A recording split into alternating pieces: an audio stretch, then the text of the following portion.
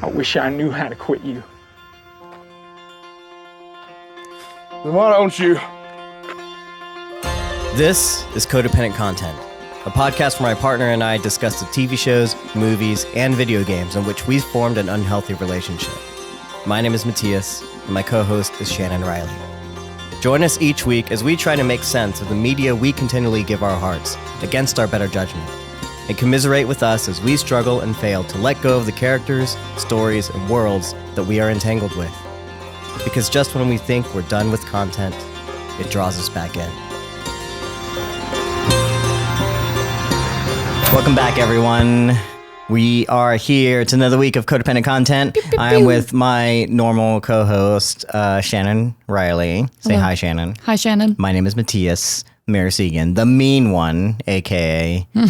I said that weirdly. Anyway, and we are here talking about Star Trek Strange New Worlds. Exciting episode today, Shannon, because we have 2 episodes to talk about today. It's a 2-for-1 today. The day after we filmed the last podcast, they decided to release for Comic-Con the next episode. They sure did. And we apparently don't keep up on the news of the shows that we're watching. I need to start setting Google alerts for the shows that we're watching or something, because we never plan for that. We never know what's happening, because we probably could have done this double episode last week. I don't know. Or figure it out. But we didn't have any time to record, and we decided, you know what, just push it to next week. And here we are talking about 2 episodes. That said, we're probably just going to get right into it because we have a lot to talk about with 2 episodes. We're going to try and truncate this as much as possible. So hopefully you're along for that ride and here for the journey, and we're going to do it. So yeah, if you are new to the podcast, we are talking about content, our favorite things, the things that we love, the things that we hate. And we are a spoiler-filled podcast. Yes. We are not a review podcast where you come check out what our thoughts on so you can watch it. We are hoping that you've already watched things, right? Correct. And so therefore, if you don't want to be spoiled by something, then we suggest you maybe go watch whatever it is we're talking about and then come back later and listen to this, because we always like to have a good, nice, long discussion about how we're feeling, the feelings of our characters, and, the things that we don't like that they're doing to themselves. Correct. Or that the writers are doing to them, in which case is we're talking about Yellow Jackets, probably. Direct at. So, but nope, just kidding. We're talking about Strange New Worlds this week. Episode 7 titled Those Old Scientists. And then episode 8, oh my God, I had those. Under the Cloak of War. Under the Cloak of War. 2 very, very different episodes. Very different We're tonality. We're going to try and do episode 7. Talk about that in its entirety. Talk about episode 8. And then maybe we'll do a little bit of Lore Loft, our new favorite segment. And then, you'll know the podcast will be done. So you won't hear us talk anymore. It'll be over. Okay, great. So, Shannon, why don't you give us your letterboxed review of episode 7? The cry laugh emoji. Multiple times. I would say 3 cry laugh emojis. Then just the words hot Spock. That would be my letterbox review. Great. Mine's a very not as funny, very understated. Just can we just port Jack Quaid into this new thing? Did seeing them in live action and seeing catching a little glimpse of Lower Decks make you interested in watching Lower Decks at all? I wouldn't say I wasn't interested in Lower Decks before. It's just right. I can't I just haven't had time to watch it. So I know. It's not that my interest changed at all. Okay. So I was already kind of interested in it. It is different. The character dynamics are different than I expected. And so it's not necessarily, I'm I don't know. I didn't necessarily laugh at the first few jokes or whatever, but seeing them in live action was hilarious. Yes. So that was funnier than the animated stuff, personally. So, but also I don't get that there's no context there. So who knows, whatever. Absolutely. I loved, if y'all don't know, I started watching Lower Decks and seeing just this episode is so for me, fan servicey, but not necessarily in a bad way or in an overwhelming way. There's just so much in this episode that's like nods to other shows and other things that are happening. And the bigger my Star Trek universe grows, like the more excited I am when things start to cross over and come into play. And I'm hoping that this crossover episode paves the way for some other crossovers that I'm possibly interested in and that may have been hinted in even in this episode. But I think they did a great job. I loved the combination of animation and live action. I think bringing Quaid and Newsom on to play their characters was absolutely the best choice. There was no other option.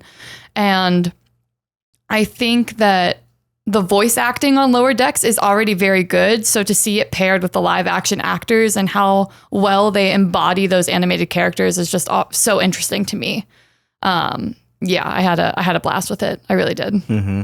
Okay, well, let's get into the episode, I think, because I don't think I have much more to say beyond general. Okay. So we do start off in the animated, if you are unfamiliar with this, is the animated crossover. Mm-hmm. And so we start off in the animated world, and these guys are 120-ish, maybe years in the future and they are talking about the Star Trek Enterprise and their heroes while going to also explore a planet with a portal, which was first discovered by a certain race as well as their heroes, which is why we're talking about it. So absolutely. Clearly the setup is there for time travel shenanigans, even though this portal shouldn't work or hasn't worked in I guess 120 years. So go figure what was happening last time it worked.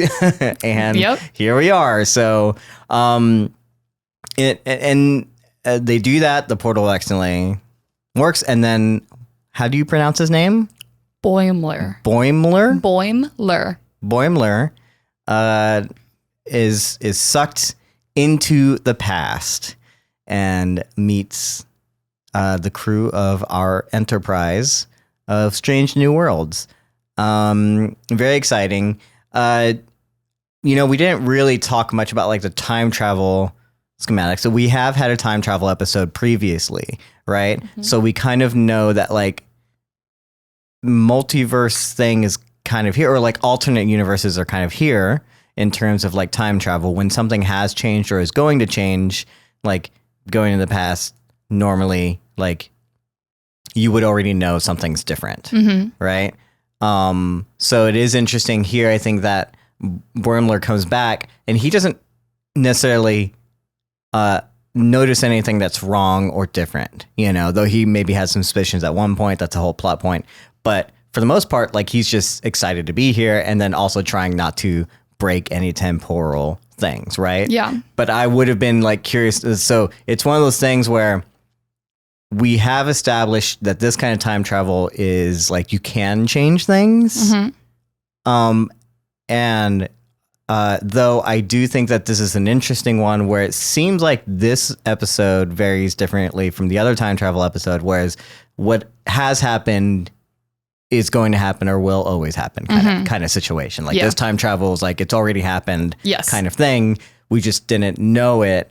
So very interesting because they're playing with different time travel dynamics, though it does seem like there's a possibility for change. So I'm just kind of like curious, but it feels interesting. I feel like if I were La'an, I would have been worried, like what you're coming back here. Last time I went to the past, something was dead wrong, like would she be worried that something is wrong to him? You know what I'm saying? Like that he doesn't recognize anything, and would he know, Yeah. That's interesting that you bring that up because in La'an's time travel, hers is set up very specifically with like hints at the temporal war, which we discussed in Enterprise. Yeah. And like Section 31, which is this like highly stigma, like we don't even really know if they exist or not. They're kind of a spooky thing that's alluded to more than anything.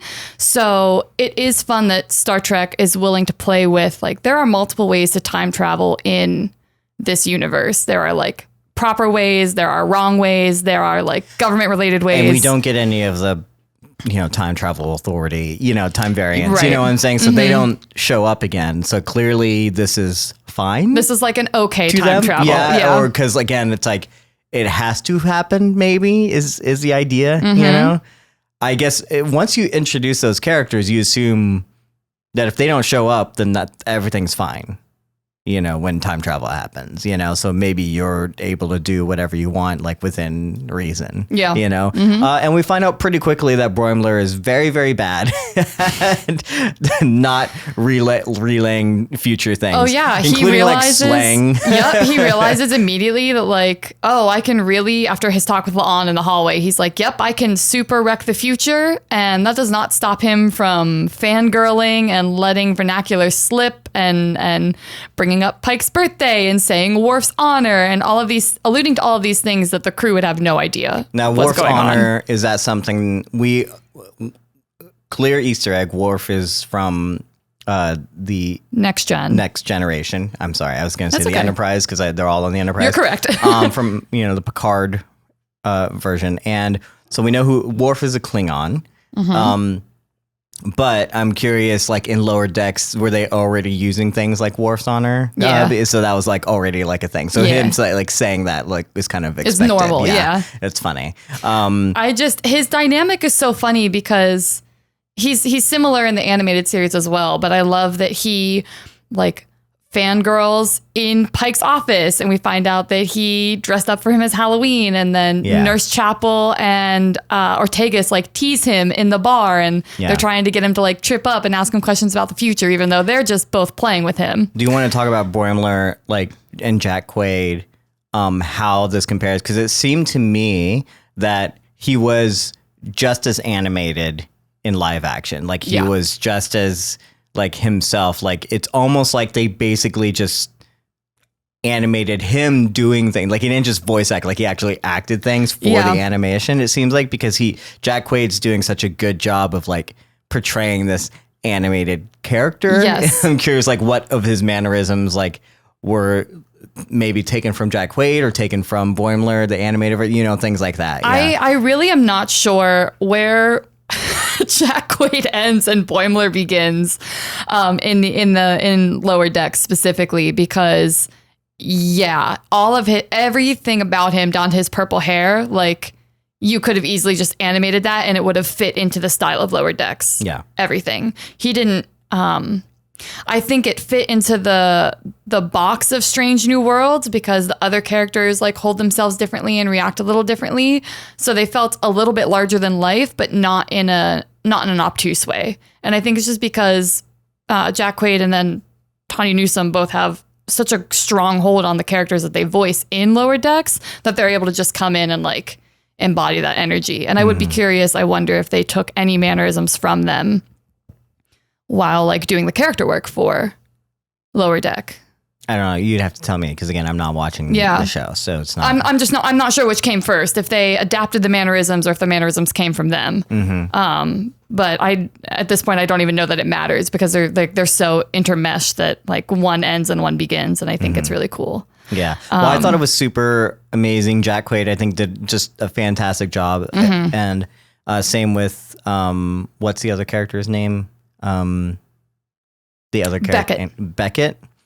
So when she shows up, these two characters, Boimler and Beckett, I think were just such it's weird because I don't consider the crew of Strange New Worlds to be completely like serious or whatever, like I feel like we love them as a family or whatever, but man, was this like a breath of fresh air to have both of them aboard this ship. And it felt like it wasn't even just it was weird how I didn't realize like what we were missing. It's not like this future thing that they're bringing into, but just this kind of like energy, this energy of like, cause they were still, like one of my favorite things was when they were trying to steal the ship, and they were just kind of like doing their own thing. And it has less to do with like them interacting with anyone else and just kind of being themselves, because they're trying to help. They're trying to say, and so get an idea of who these characters are. I was like, man, this kind of energy would have been great to have like on the show, like just period. There's something about these characters and how they interact with the others, and have that dynamic with these in such a short period of time. I just thought they brought something that I really loved and wish we could have more of, wish we could do more. So I wouldn't even say there's no real plot here. There's a whole like thing of them running into the They run into the Orion pirates, which we know Boimler's friend from Lower Decks 10D is an Orion. And are Orions, have they been introduced before? Is this new? Is this from Lower Decks? It's definitely from Lower Decks. I'm not sure if Orions have been in other series, but they are most predominantly in Lower Decks. Yeah. So, okay, interesting. So the Orions take the portal. How? Don't fucking know. But like they're space pirates. They managed to do it. And so then I love that when they take the portal and the entire bridge is like, we don't know how to find them. Like, we don't have experience with Orions. We don't know what to do. And Boimler's like, I know what to do, and maybe you just like don't look at me while I'm doing it. How about that? And we get that little scene of him like in true animated fashion, like he's got a leg hung up on the wires and he's like trying to fix under the thing, and all 4 or 5 of them are just like trying not to side eye seeing what he's doing. I thought that was such a cute, again, being very honest to the animated characters that come into this universe by giving them those beats that is something that would happen in Lower Decks, period. Yeah. And again, it is such an interesting energy. Like, I almost wish he was stuck here. Like, you know, because like even like having to figure out like how to navigate, I'm a future being, you know, I do understand like he was struggling with like, I don't want to be stuck off the grid, you know, and not interacting with anyone. So that makes sense, you know, why you want to get back and everything. But like, I almost could have been okay of like seeing that struggle like through like whole seasons, you know, like that kind of character is super interesting. We always do time travel and then we fix everything by the end. I'm like, well, what if we just didn't? What if we don't? But yeah, so they, again, plot points just going, it's because it's super, there's really not much like that. It's a MacGuffin to get the portal, and they get the portal back, and then what's her name comes through, and then Merida like, comes it's through, mostly just about, it's like setting up the Orion lore too, which I think is setting up the success of Lower Decks, because Tendi in Lower Decks really struggles with still kind of battling that stigma of when people outside of the Federation meet her, they put that on her, and everyone in Starfleet rallies around her, and they're like, no, she's not, everyone is like that. You can't paint Orions with a broad brush when they have so many accomplishments and so much kindness behind them. So it's cool that we got to see the very like inciting incident that turns Orions from space pirates into diplomats, explorers, scientists. And it's because of like a technicality, honestly. But yeah, now when they trade the grain, which is the most superfluous plot point ever, when they trade the grain for the portal and we get Mariner through, we have that little bickering moment. Beckett. Her name is Beckett Mariner. Oh, okay.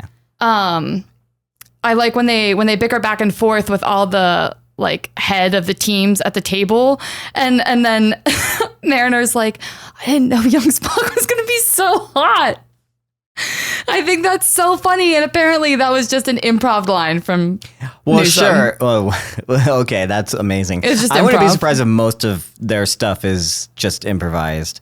There's a lot of moments where I'm like, they're so quick on their feet, you know, and the fact that they're like utilizing lore at the same time, it's just they clearly understand Star Trek and love it, you know, and do their research. They don't just like do random improv. They like when Boimler's in Pike's office, there's that saddle that he throws his leg over and yells Riker, and that's because the Riker maneuver, I don't know if you've seen gifs of it, of how Riker always mounts his chairs. I do remember. I've heard of that. So that's just improv from Jack Quaid knowing. And fun fact, Riker directed this episode. Oh, that's right. I remember. So he was on set while all this is happening, and I know Star Trek. Like I've read interviews with cast before where they're like, Star Trek is very strict. It is to the script in the way that you would honor like Shakespeare or Chekhov. Like there's no improv, there's no breaking from script. And Riker and the executive producers and the writers on this one with them were like, bro, pop off, do whatever you want. And Riker was saying, I should call him by his name, Jonathan Frakes, because he's not just a character, but he was saying that Tawny Newsome and Jack Quaid both have so much love and like existing experience with Star Trek that they were able to bring that lore in just in their improv because they know it's already part of their universe. So I'm glad that he trusted them to give him the freedom to give us moments like Hot Spock and the Riker maneuver. Yeah. It's also like a little bit of a kind of a reaction to the first season of Strange New Worlds, where people were like, "Oh, we're getting sexy Spock now." Was the first episode he has a sex scene? Like, it's first or second episode. I remember almost turning off the show, like, because I was like, "What is this?" You know. But like again, Ethan Peck grows on you. We haven't gotten sexy Spock in a while, so no, but we get like creepy smile Spock. So let's. Do you want to talk about like Boimler's interaction with different characters? Yeah, absolutely. That's so what first is the major one. Well, La'an we talked a little bit about. Yeah, and they don't really dive into their La'an's stuff. really just telling him how to like not break the timeline, basically, which he already has a general understanding of, and then that's about their interactions. I think Boimler's most important interactions come from Nurse Chapel and then obviously later Spock. Yeah. La'an, I will say again, La'an's security side comes out more in this episode, knowing that she has to take care of these two people, you know, and then she's the one that catches them trying to steal the ship and everything. And I'm like, what a great dynamic this would be if she was always catching these two, you know, and they're always like trying to do something like that would be like a lot of fun, you know? Yeah. And the next one is, you said Nurse Chapel. Is the next like interaction. That's, I would also like to point out that we don't get to spend a lot of time with, what's her name? Jess Bush. Is that the actress's name? In this episode, because obviously we'll get to her in the next episode much more, but just in this little scene in the elevator, we can see Nurse Chapel take the journey of realizing that, just because there's a big change happening in Spock, that the relationship is kind of already like dead before it starts. Because Boimler in Boimler fashion is just like, I embarrassed myself in front of like one of my biggest heroes, and I'm worried that I broke him because like I saw him smile, I saw him laugh, and he would have never done that before I was here, and now I'm afraid that I have broken something. And listening to the fear and the panic in Boimler's voice of seeing the difference in Spock, I think leads Nurse Chapel to also reckon with the fact that she's seeing the difference and realizing that if Spock is, you know, Vulcan Spock in 100 years, that means that this doesn't go anywhere. And she had such a softening in her eyes when she's debating with herself whether she's going to say something and be like, you're not the reason, it's me that Spock is acting weird. And I'm very excited that we get to spend more time with Nurse Chapel in the following episode, because I just keep, every time Jess comes on the screen, like she does so much, even if she doesn't have a lot to do with it. And I think it's a pleasure to watch her do that. But yeah, Boimler's just freaking out, and she just takes the bait. She's like, you know what? It's because of me, and I understand that. And she like doesn't know how to deal with it. And I think that Boimler then doesn't know what to do with that information either, because it's so surprising to him that would never occur to him that Spock was capable of something like that. Yeah. It's a little disappointing to me to have to like reinforce these things, and then to like almost immediately when we start even thinking about a relationship, and we know that like it might be a phase, and we as an audience are curious about like how Spock is going to navigate this, like will they kind of maybe retcon some things and allow it to be like something that continues like later on. We just never saw it, you know, or whatever. But like the idea that like we're already like putting a stop to it before it could even start, you know, that we are saying like, no, this is not how Spock can be, you know, and it's like, why are we not allowing him to be happy? You know, like if he is or whatever, it's like what that reaction to it, you know, it's like, I understand like how she would feel about that, you know, but I do think Nurse Chapel would be someone that would want to still push for something, you know, or whatever. Like she's stubborn enough, you know, and she could convince Spock. I'm just surprised that we as writers or producers or creators like would just like want to stop that, you know, like why can't we see Spock happy? Do you have any thoughts? I think there might be, I think you're right. We are constantly reminded and beholden to the original series because it happens so close. It's like a decade away. But we assume like we have like maybe a few more seasons. Exactly. Like so when we are in the science lab with Boimler and Spock, and this is kind of their second interaction, and Spock addresses him and is like, I think you made comments that upset Christine, like what's going on, and Boimler shares with him, and Spock realizes that must mean that he does come under Vulcan control the way that he thinks he's supposed to, but is very okay with just like, I can't let that knowledge impact the way that I would behave right now, which is the way that I'm acting right now. So I think that they're giving us a little bit of grace of like, yeah, we know this is coming, but just because you know it's coming doesn't mean it can authentically change the way you feel in the moment. So the fact that our logical character is able to say that to Boimler and therefore to us as an audience, I hope gives us room to continue kind of this like emotional turmoil between Spock and Chapel, because I think there's still a lot more there to dig through. And let's not forget, we still don't know, like, we haven't heard from T'Pol. T'Pring? T'Pol is the girl on the Enterprise. Yeah, we haven't heard from T'Pring, but he technically is still engaged to her. So while they're on a break, but they are still technically engaged. On a break. I didn't watch that show. Yeah, I know. But I understand the reference. Yeah, they all know. But yeah, so I think they are trying to give Ethan Peck the freedom to discover Spock's like ebbs and flows as he comes into the Spock that we know. I don't need that Spock now, because then it's not an interesting character to watch for 4 or 5 seasons if he never has any like change. You know what I mean? So I'm hoping that you're right. I understand that we're locked into that being an eventuality, but I hope we don't lose it right now. But speaking about the science lab where Boimler's like, is this gonna blow up? Are we gonna blow this up? Is everything gonna blow up? And Spock's like, 50-50, and they put the little cover on. It starts to spark, and Spock hides behind the wall, and they both come out like mirrored images of each other. So funny. Again, like the most Spock he's been, I guess, in this like kind of version of him. We're seeing him do science and be Spock, you know? Yeah. And again, it's only because this character has come through, you know? So I don't know what it is this energy is, but I feel like we need it. Like, because all the characters are being like just more of themselves, you know, more of who they are, of like what we recognize them to be, you know? Just because you have something so cool to bounce off of, right? Absolutely.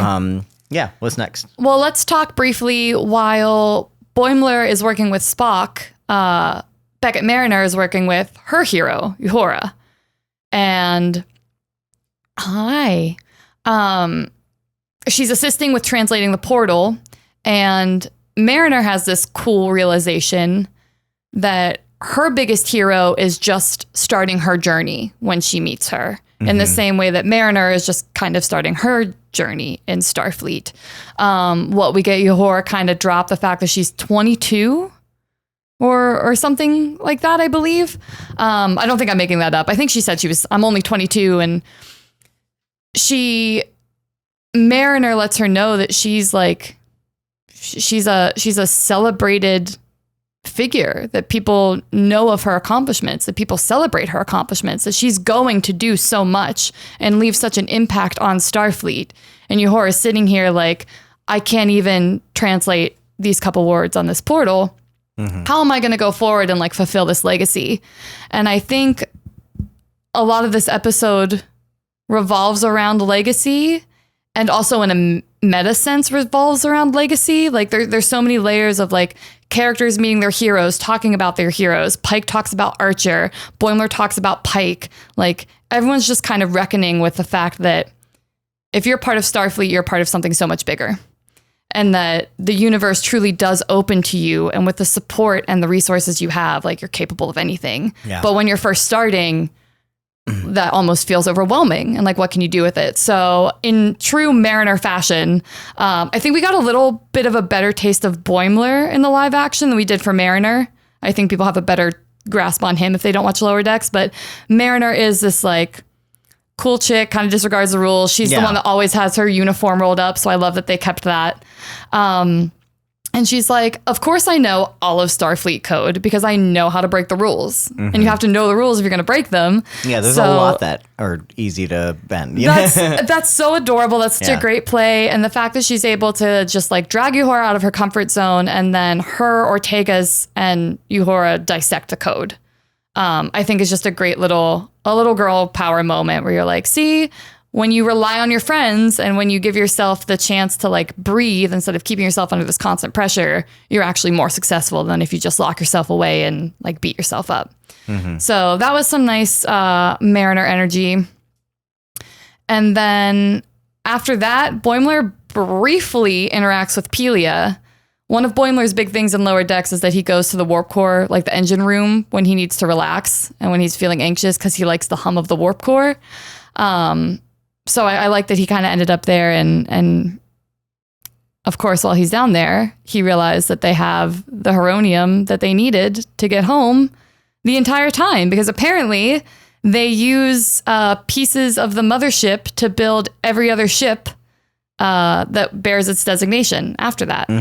So, and specifically, they talk about the original Enterprise, captained by Archer, which is one that you've brought up multiple times, and I'm guessing it's the first time in a while that it has been mentioned outside of that show. Yeah.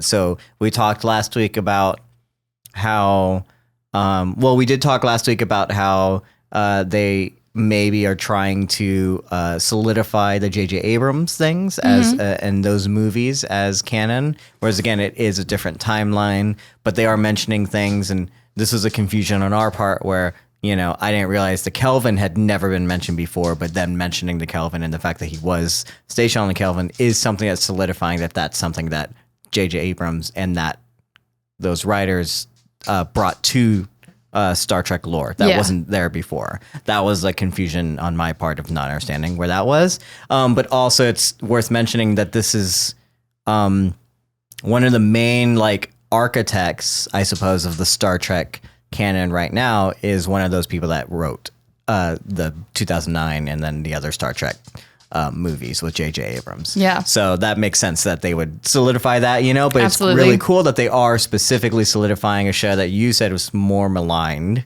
than anything else. Just kind of, again, making everything is part of like the canon in some way. And for me, I'm going to say it. I'll save. I have a few things I would like to talk about the Enterprise, but I'll save that for the Lore Loft.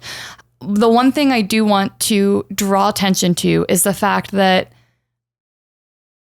I love Star Trek, and I think the fact that they're constantly willing, they being like, I guess the overseeing creatives, right? The Roddenberrys and the writers and the producers that all kind of keep the universe in line, that they don't really seem like a bunch of people who try to gatekeep and say like, no, that's not true. That doesn't work. This isn't real. So we don't want that. It's like, if you put something out and it's good, like they're going to find little ways to like sew it in, because Star Trek is a family and it's a universal concept. So I love that we don't have this weird bullshit of like, oh, well, that didn't happen in this universe. So even though it happened, like, that's not my Captain Kirk. That's not my Captain Pike. It's like, all these people are real. Like this all exists in this universe. And that's wonderful. And I can't wait to talk about Captain Archer in a little bit. But anyway, once they find out that they have the energy source that they need, they all beam down to the portal, and we find out that Boimler was able to get a message to the Orions before La'an caught them. And this is where, again, as we mentioned earlier, they set the stage of Orions becoming diplomats and scientists over just pirates. They make the agreement that, if you let these people get back to the 24th century where they belong, we'll totally admit that you guys found this. You guys discovered this. And I think that Boimler mentions a couple times in the episode that one of Pike's strengths is diplomacy. And I love that he is the type of captain that would extend that. And he's never really one to like peacock or like have a pissing contest. He's very much about like, how do we all move forward in the way that's best for everyone and safest for everyone. So yeah, I like that he discovered it. Technically it's his, but he doesn't need it. He doesn't need that feather in his cap. He wants these people to get back to their timeline safely, and he wants to create better relations for Orions in the future to erase his own prejudice that he has against them. So yeah, we get Mariner and Boimler back into their timeline. We get to see the delightful poster of number 1 in his bunk.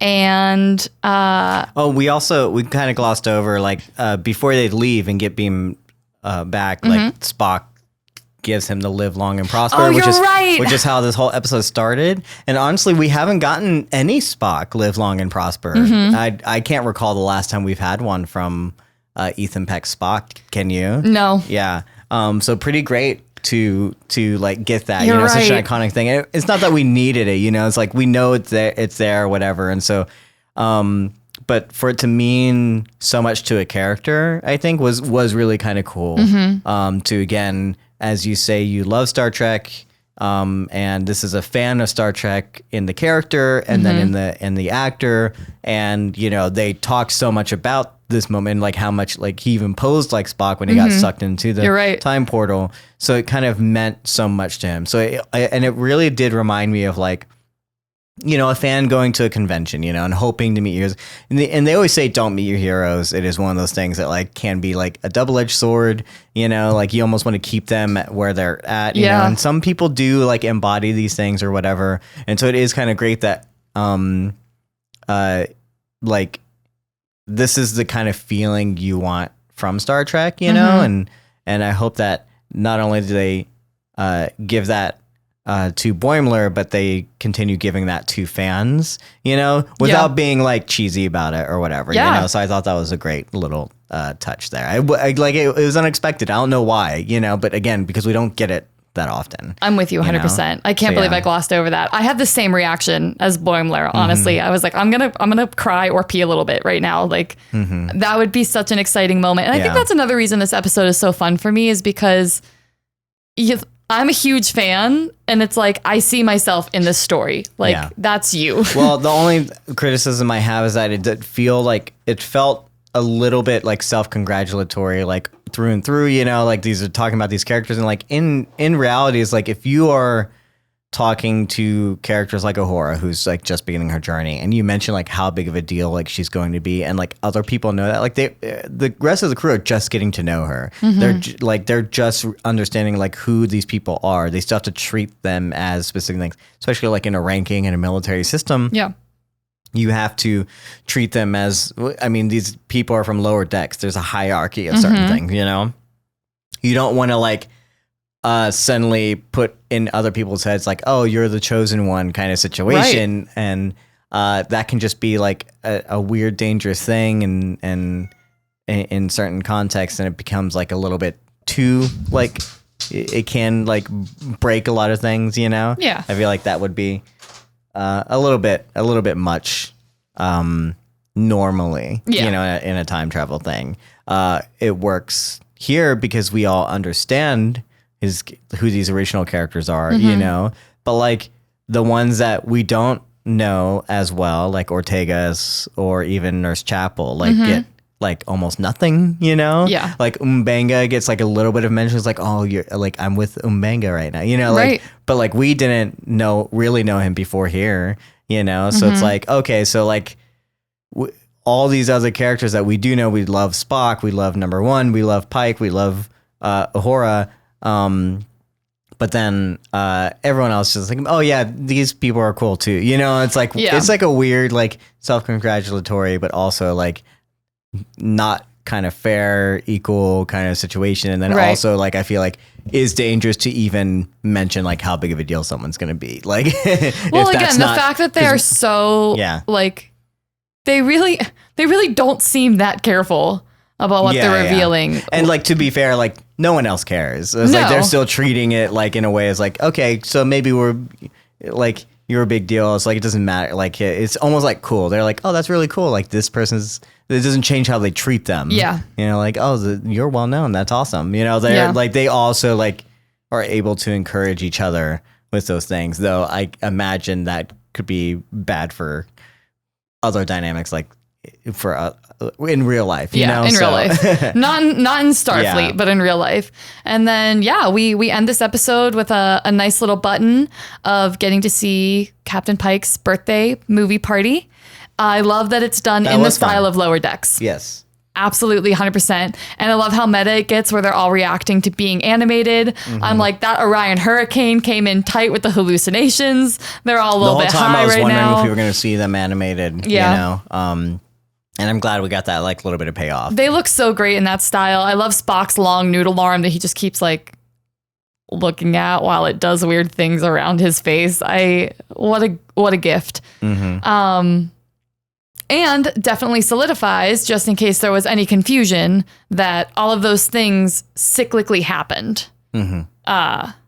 So that's great for me. What a fun, lighthearted episode before. Now, under the Cloak of War. Is there a clear indication of when this takes place during Lower Decks? Like, are they gonna? I'm assuming they don't really have to mention it because they did their thing. They came back. It's not really. But is this like in between seasons? Was this during? Do you know if it's before next? I'm not seeing any clear indicator that it particularly matters. All the 4 of them are still really good friends, so that means it could happen anytime after season 1, episode 1. And the whole ship is still together at the end of season 3. So yeah, it could really happen whenever. Sure. I'm interested to see. I just found out that season 4 of Lower Decks is coming back in September. So it would be interesting to see if they make reference to it in season 4 in passing. Sure. And then we would kind of see where it fits in the timeline. But right now it just feels like an episodic, like we popped in, we popped out. And we got to do it. So I have lore loft things that I will keep to the end, as well as Easter eggs. Is there anything else you would like to touch on? Episode 7? I just want to say this is like probably the most I've laughed at the Star Trek episode. Oh, of course. Like, and like had fun. So I think it's great. I wish we could keep that like energy going out, especially in the next episode. It's like so dire and so kind of a downer. It's a little bit of a downer. It's hard watching these both back to back. It was also not surprising that they this episode is the one that they screened at Comic-Con, right? Because obviously this love letter to everything and like this combination of the characters that we love as well as like the fan base, all that kind of stuff, the lore and everything. It's just makes a lot of sense. I'm sure that was just an amazing crowd to see that in. Absolutely. Wish we could have been there. Yeah, maybe next year. But yeah, so let's move on from that to episode 8. Great. Under the Cloak of War. So if it's cool with you, I want to start by just doing a recap of the flashback scenes so we get the meat of what happened. Sure. And then we can touch on how that's impacting the present day timeline. What if it's not cool with me? Well, then I can change it because I also have it written the other way. Okay, just go ahead. I got 2 versions of this note. So if there's any moment that you want to talk about, just interrupt me. So in our first flashback in the episode, we meet a slightly younger Nurse Chapel. We know the time period of the Klingon War and when Strange New World starts, so we can guess that this is about 2 to 3 years ago in her history. So just remembering that the Klingon War is very fresh for the veterans who fought in it. We meet young Nurse Chapel at the height of the Klingon War. She is somehow immediately designated as head nurse and thrown into the line of fire. It's trial by fire. She meets M'Benga and they work on all the people coming in through the portal. Varying degrees of decay, death, damage. They have a specific young ensign who has severe internal bleeding and critical organ damage that they decide to save in the buffer system. And as you recalled, just like M'Benga did with his daughter in season 1. So that's beat 1. Beat 2. Well, also when we introduce M'Benga, we get like an introduction off screen in the sense like here's this person and he's like we only see his like feet and then we see like his bare back. That was like an interesting introduction that never had like a real payoff to me, because we don't actually see we know it's him. I'm just curious like what we were supposed to make of that like introduction or gather from that, because again when he gets into doctor mode he's just in doctor mode next time we see him like and everything else. So I don't know, that was kind of a weird introduction to me because I felt like it was supposed to be bigger but then we missed something. I'm not exactly sure, right? So it definitely gave me a vibe of not necessarily like a buttoned up, eager man ready to do his job. It seemed a little, just with the bare feet and the bare back and everything, I can't even really put it into words, but it definitely made me feel a certain way. And I think later when we discuss the fact that he used to be a fighter, not a doctor, it's like maybe some of that ruggedness is supposed to be the energy we got in the first place. I guess I assumed that this was going to be like a different Mbenga than we have come to know. Yeah. But he didn't end up being that, you know, Yes. like, and I was like, okay. And it was clear that Nurse Chapel was going to have to navigate a different kind of setting than she was expecting. And then probably like there are some unorthodox things that do happen, but like, I thought it would be more of like, hey, he does the unorthodox things. He's not normal. And then like she has to come up against that. Yeah. And maybe they do, you know, at one point, but she seems to almost implicitly trust him, you know? So again, I was like, okay, I thought we were setting up something different for that introduction than actually became. So it's just kind of confusing. I don't know if we missed a scene or something, you know, or if maybe they truncated a bunch of things and they were supposed to be like this, maybe along with but I don't know. But yeah, it was just kind of weird to me. I see what you mean. I'm with you. So in our next flashback, we meet the young ensign that we see them like performing open heart surgery on. And we see that Mbenga's always had great bedside manner. He takes the time to try to connect with this kid. And meanwhile, there's an Andorian officer outside.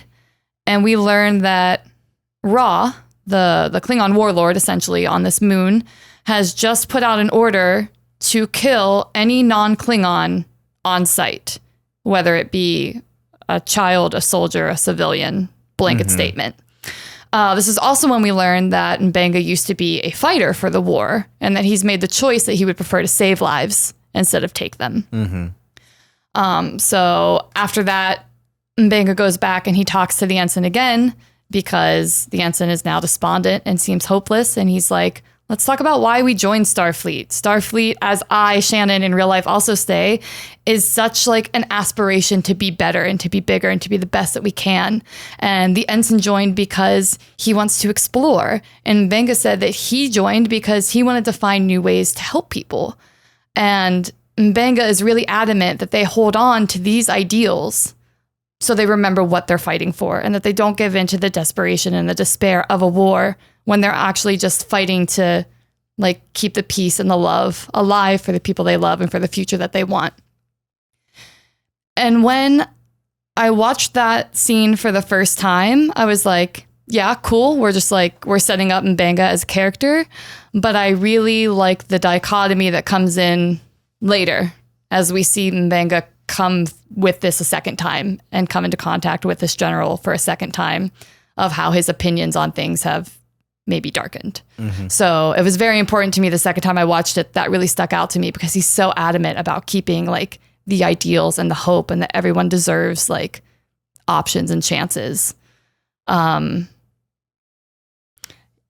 And then right after that, we hear that Black Ops is planning an offense against the Klingon group and against Ra. They're going to send a special strike team in, and Mbenga seems that ensign has decided that he's going to go on that run, despite the fact that they both know it's a suicide mission.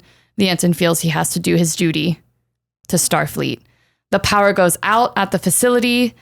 He and Nurse Chapel are met with an onslaught of incoming wounded soldiers, civilians, women, and they realize that they have to clear the pattern buffer if they're going to import all of these wounded soldiers. And we see Nurse Chapel really struggle and try to put off making that decision, trying to find a way that she can save both this person in the buffer and take care of the people that are coming in.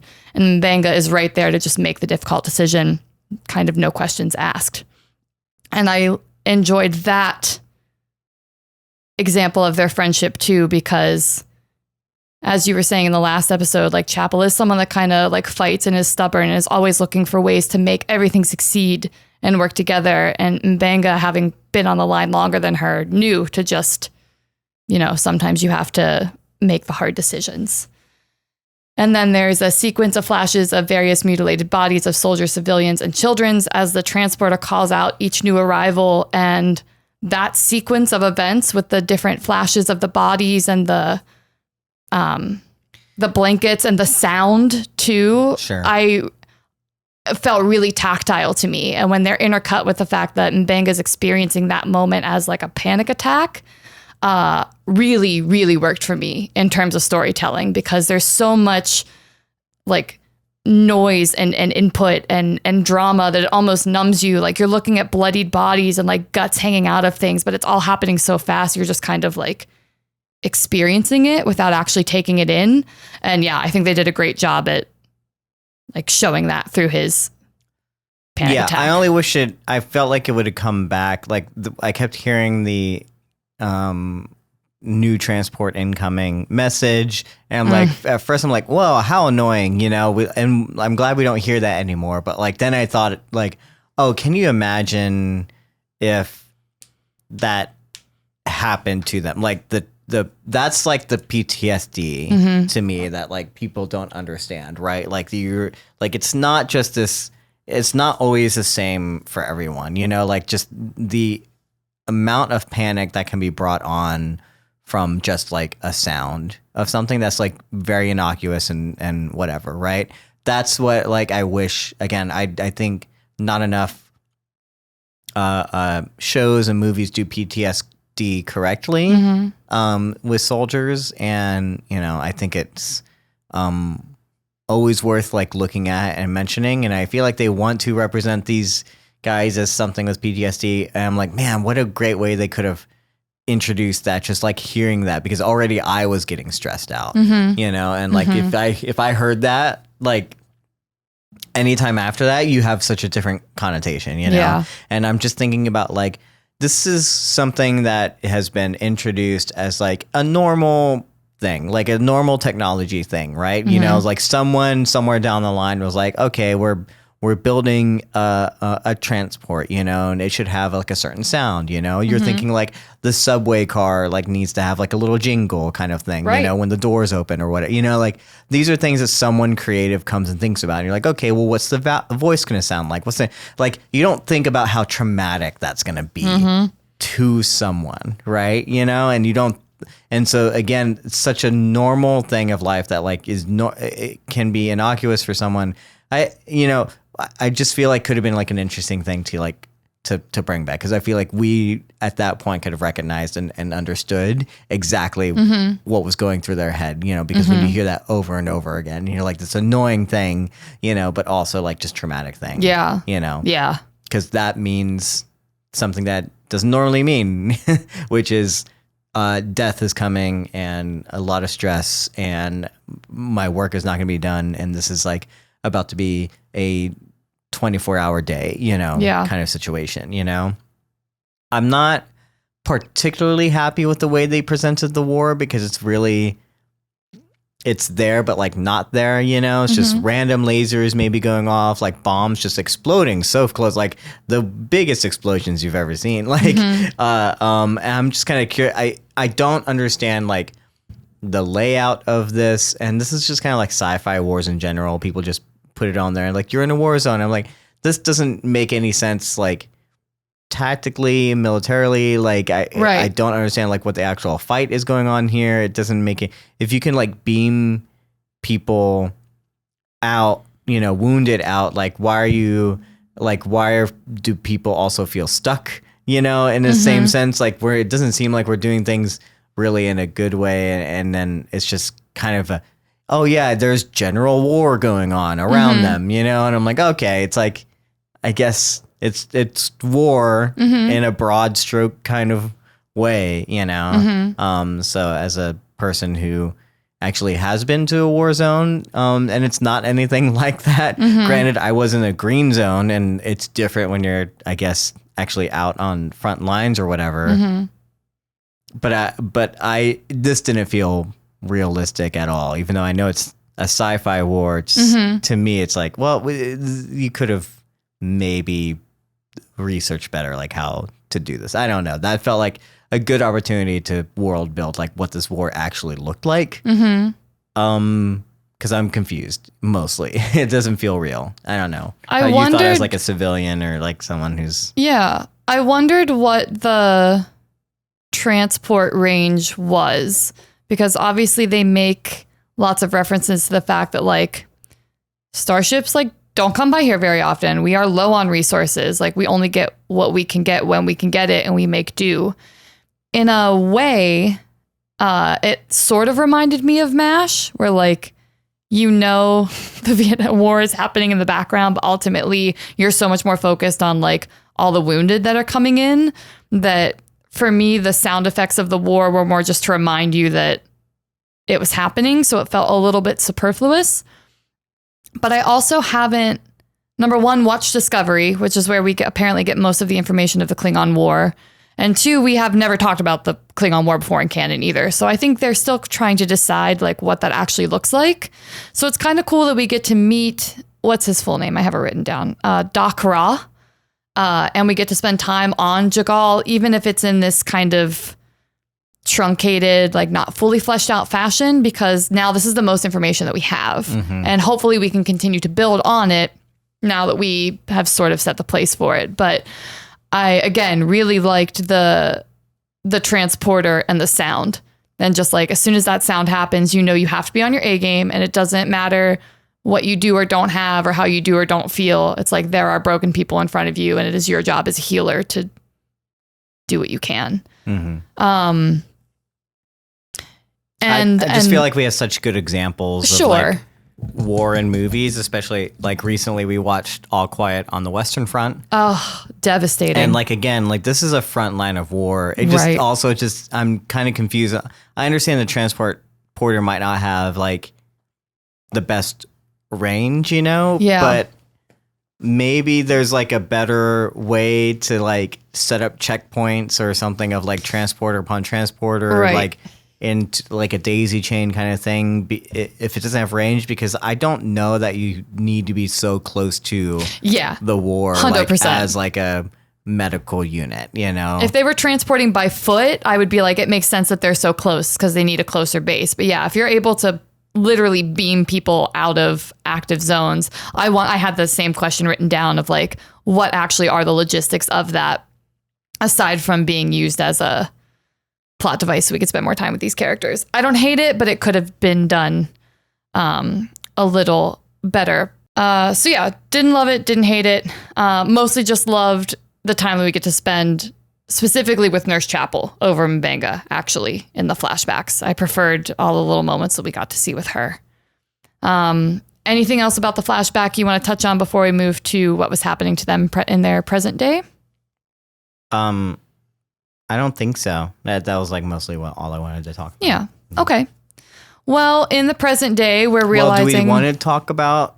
I mean, technically it is a flashback. I mean, but it is, I guess, like a reveal later. Like, he does fight. Yeah. He does go off and fight. Is that something you want to wait? I have that saved for later, for the ending beat. Mm-hmm. But yes, we do. In the final flashback, we find out that he did decide to go ahead and take up arms and fight against the Klingons.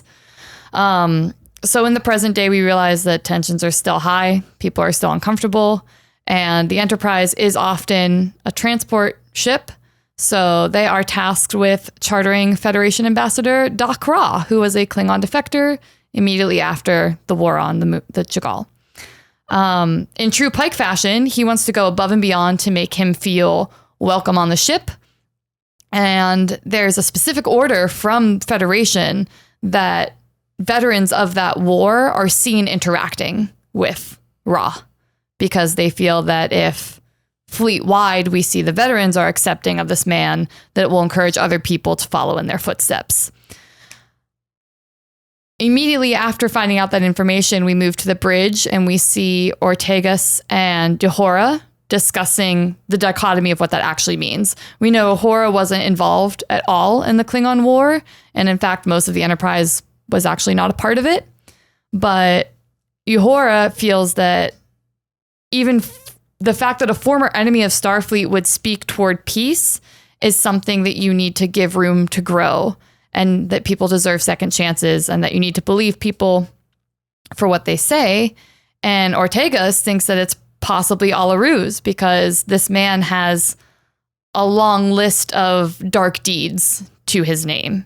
And I think we're under the impression, even Boimler says, like, she's a war hero.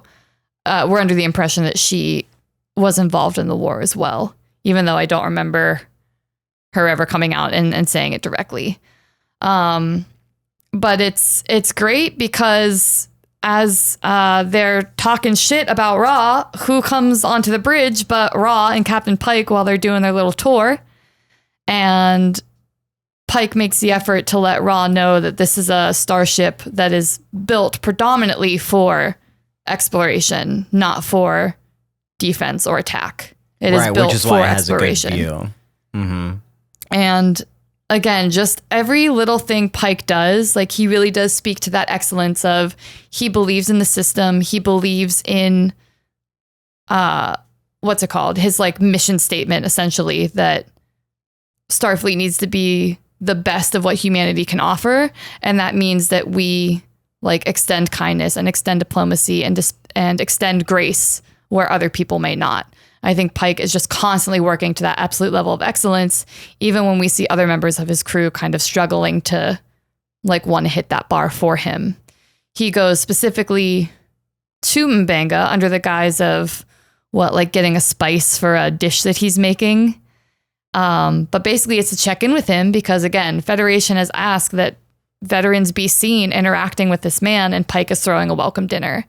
And he's like, if, I understand that you guys have been through a lot of trauma and a lot of darkness, but it would mean a lot to me and to your duty if you are able to show up. And both M'Benga and Chapel decide to put on a brave face and try to reach that level of excellence for the captain. But as we know, that doesn't go great. Dinner parties never go great. I feel like if there's ever a dinner party in an episode, that's when all the shit's gonna happen. That's when we met Spock's family and that all went to shit. That's the Office dinner party, which is my favorite episode of The Office. It's just like, the dinner party's not going to do what you want it to do. Don't have it. Anyway, Spock tries to replicate Klingon coffee for Ra. I don't know what it is. I'm pretty sure it's Klingon coffee, but he's having a really hard time getting the recipe right. So at first it comes out too cold and it doesn't come out at all. And then by the time Ra gets there, it's too hot and he burns himself. And that's the inciting incident that brings him across M'Benga's path. Mm-hmm. And even though M'Benga doesn't treat him, we see him have his first panic attack. Mm-hmm. And that first war flashback happens then as well. I think I suffer from anxiety attacks, not panic attacks, but I like the way that they visualized his panic attack. I like the way that they changed the sound quality, and it's almost like how tactile he was trying to be. Like he was really trying to tether himself to his current reality. He was trying to touch himself and touch the things around him to ground himself. He had little ticks happening in his hands, and I feel like that's a testament to the actor as well, who probably tried to do some research on what actually does happen to you if you have a PTSD attack or a panic attack. Yeah, so that was tactile to experience, and I want to just shout out the actor for that. So now we're on to the dinner party. It's Pike, Una, Ortegas, Chapel, Spock, M'Benga, and Ra. So it's the 7 of them around the table. Ortegas deadass does not want to be there. She does not want to go. She's pacing outside the door when we first meet them. And M'Benga has to come in and he's like, hey, we can put on a brave face. This is our duty. We're Starfleet. And also, Captain Pike made jambalaya, which apparently is the selling point because that gets her to go in. And then Spock is realizing that even though Chapel's trying to put on a brave face, she is really suffering and having a difficult time as well. And he takes it upon himself to try to assist in any way he knows how. So he tries to change the subject of what Ra is talking about. The veterans are having a really hard time listening to this man talk about and champion peace and wellness and unity when they were essentially tending to the people that he was torturing, which is a bummer. So Ortegas has something to say. She actually has to get up and excuse herself. Nurse Chapel, under the guise of following up with her, has to excuse herself. And M'Benga tries to stick it out, but Pike realizes that he's struggling as well and tells him to basically excuse himself as well. So they all have to vacate the area.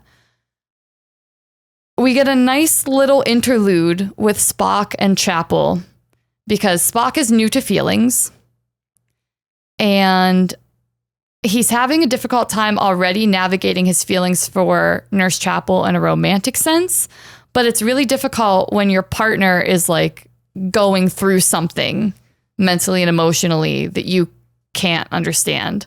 Like if you have a partner that's dealing with depression or with anxiety or something, it's hard sometimes to reach them.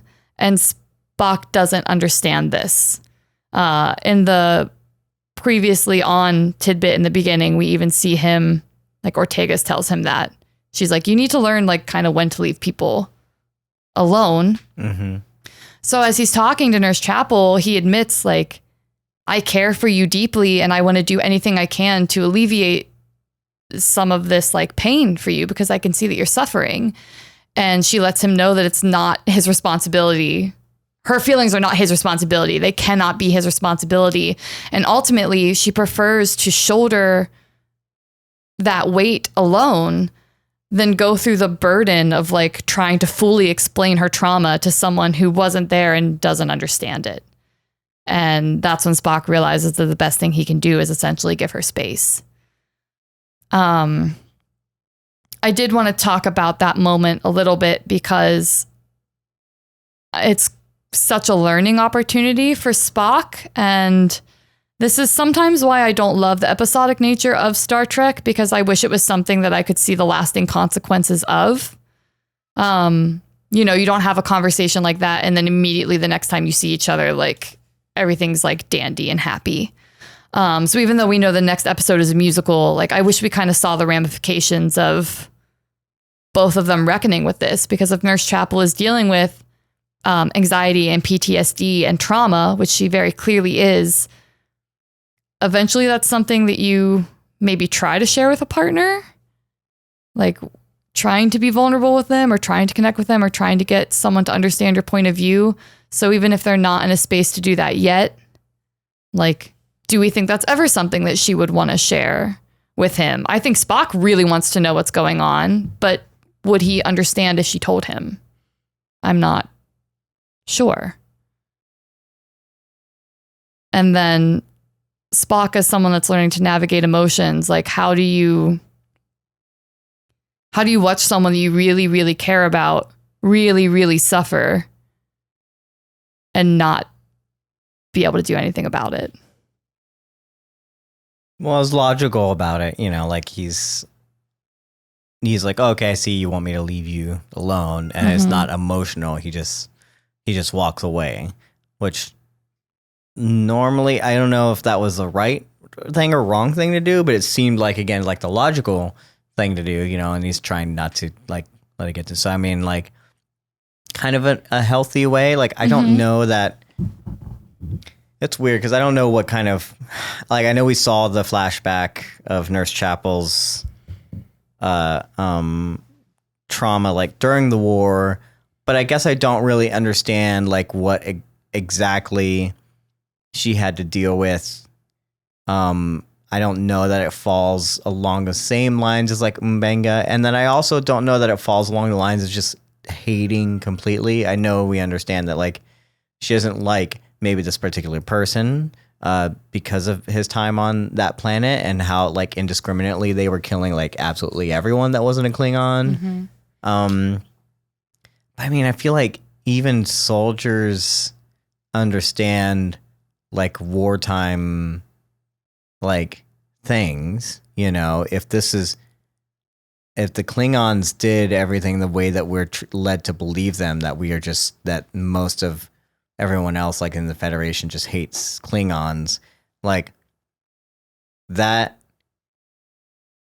I mean, the way that we were representing them like kind of like almost makes sense, like why we would like hate them, you know? And I'm like, if we're not going to be like understanding of like wartime rules or things that like happen and the things that we have to do, like we typically, especially like we should understand that, you know, there's a little bit of like leeway given to these, to the other side, you know. No one said that the Federation had to be there.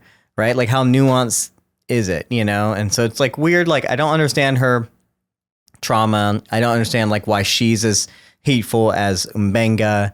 Mbenga actually like fought, you know, and is one, but at the same time, like we don't force veterans of war to just be able to talk about it, you know? Right. Like that's such a nuance thing to have to deal with, you know? So I think it's great that Spock recognizes it and like is understanding there, is healthy about it, even though I don't understand that she should be like not as forthcoming about it. I feel like she should be fine, especially if like she's wanting to create that connection, and we even say that she wants to create those connections, and then like doesn't take the opportunity to do that.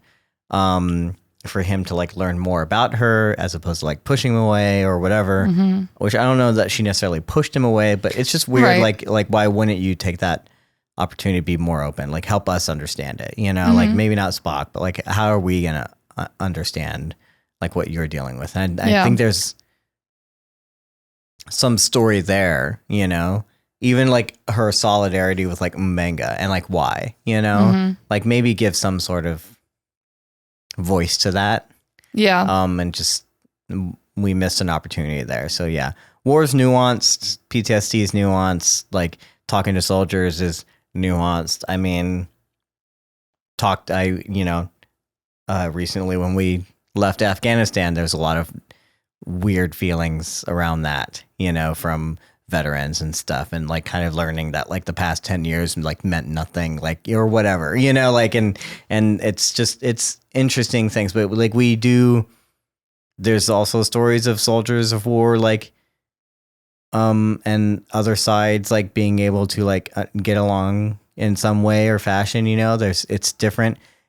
It's really weird, you know. It's like I wish they used a Klingon that was specifically like, in a way, like we are not going to be on his side because he's like grandstanding. He's very much like kind of almost proud of like everything like he's done, of like who he is and his reformation, you know. He had a direct contact with these two people in some way, or maybe more indirect, but like it's not just like a Klingon from the war, which I felt like would have been better to have. It was one that like was in charge of the place that they were at. It was like the and Klingon. Like, that is like almost like way too on the nose. Like that's almost irresponsible of the Federation to do that, you know, to bring that like forward, like and also my God, like the fact that these two people are still serving, if they're having this close, like you're still in the Federation, you're still in Starfleet. So like not that long since the actual like war that was so traumatic for you. And yet like, you're not like, that's also like a weird thing, you know. We're talking about like people who are serving, not just veterans, you know? Yeah. And that they don't have apparently support even in service to have to deal with this, that they don't have, well, technically they are medical people. They should be the support, but I guess like, where's the other support? They right? are each other's like, support. why are we not allowing, you know, introducing like a priest character or something, you know, of like, of anyone that they can talk to or whatever. There's clearly like no, clearly the people who fought in the war don't feel good about it and have received nothing for their service in the war. Also, like, what rank are they? Like, they don't seem like that they were like decorated war, you know, veterans, you know. It's all kind of weird to me. It's hard for me to like understand this episode when I'm dealing with all these like thoughts, you know, and to kind of enjoy it, because I'm like kind of like it all feels confusing. War and PTSD or whatever. It just feels like you could do this so well, especially in Star Trek, but so many missed opportunities for me as a veteran that like, I can't understand how they did it. So. Yeah. A little thing I like about Nurse Chapel's experience in the war and why I think M'Benga often seems a little more in control of himself than she does is that she's just like more inexperienced than he is. Not only has he been on the line longer, but he's seen more than she has, not just as a doctor, but as a fighter. And when she first transports in and again gets thrown with like, you're the head, you are the head nurse, you are the nurse. And she's like, this is like one of my first like experiences. So the fact that she is more novice in this frame of like war and service and duty, but she is put into a situation of operating at a level of higher excellence, I think, number one, speaks to how intelligent and capable and competent she is as a nurse, but also probably overwhelming to her again, just as a first experience. And that's why we see her lose it faster than M'Benga does, because he was a soldier and he knew, like, I feel like we kind of see that in him sometimes, the way he holds himself back from things, and Nurse Chapel's not able to do that. But I agree with you, and I was interested to hear your point of view again as someone who is a veteran. I'm the Uhura. I've never, really experienced anything. So of course I want to sit here and be like, I want everyone to go to therapy, and I want everyone to like be heard, and everyone gets an opportunity for what's the word I'm looking for?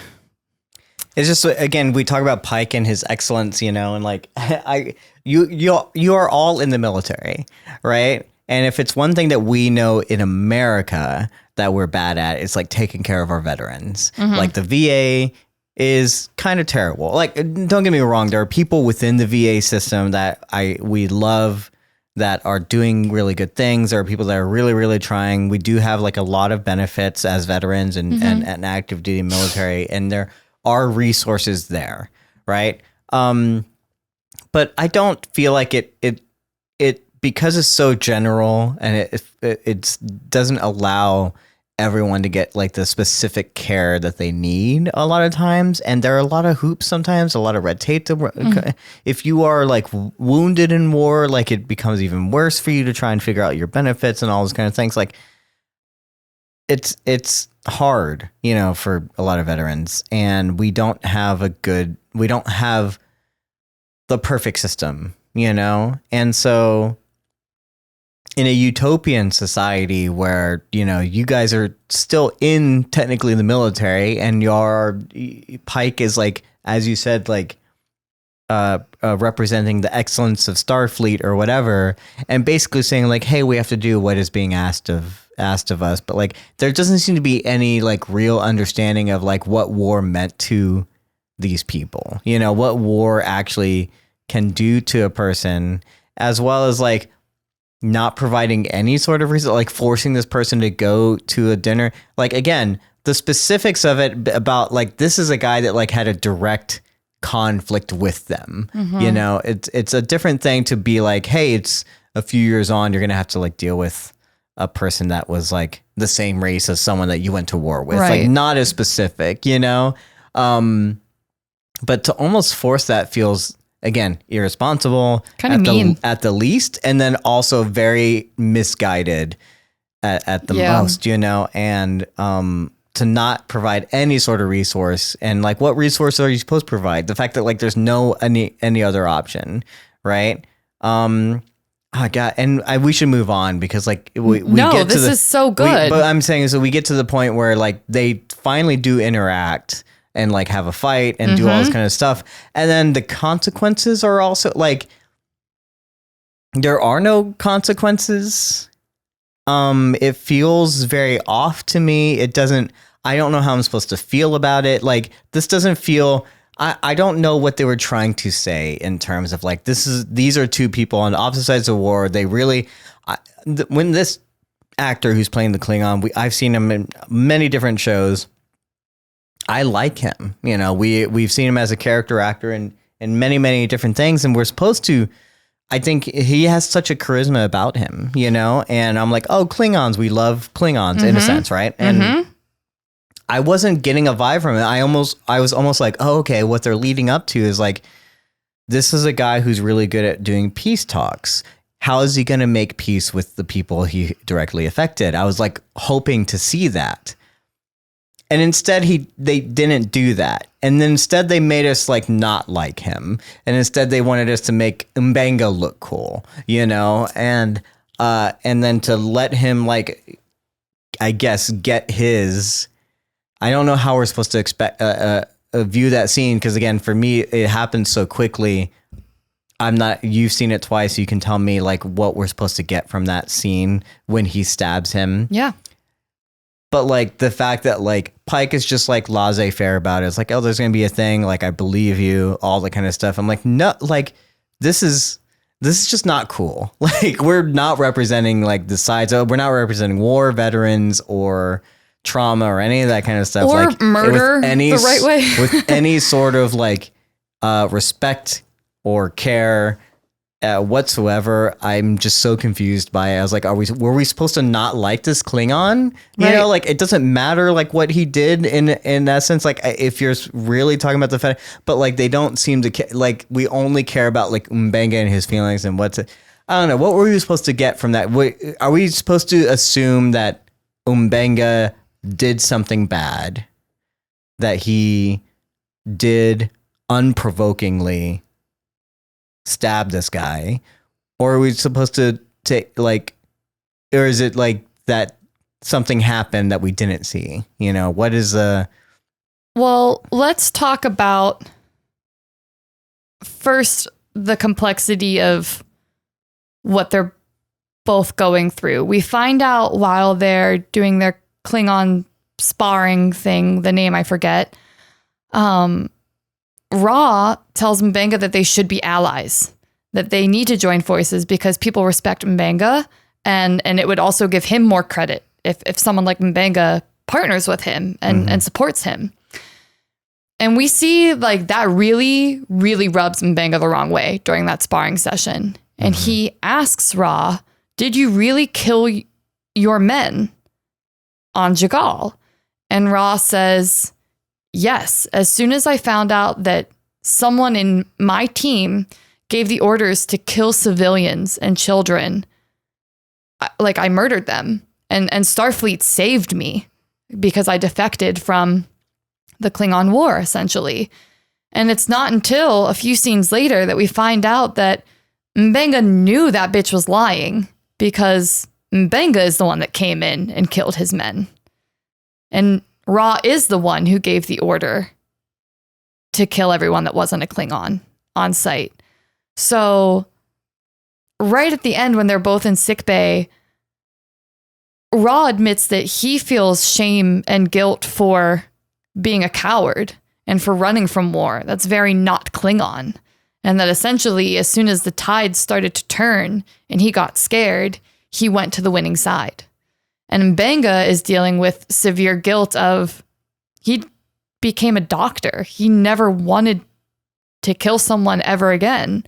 And I think after he made that serum, we found out that he made the green serum too. He's the person that created that serum to help soldiers fight in battle. We find out that he went through so much damage, he didn't want to do that anymore. So he's carrying shame and guilt as well.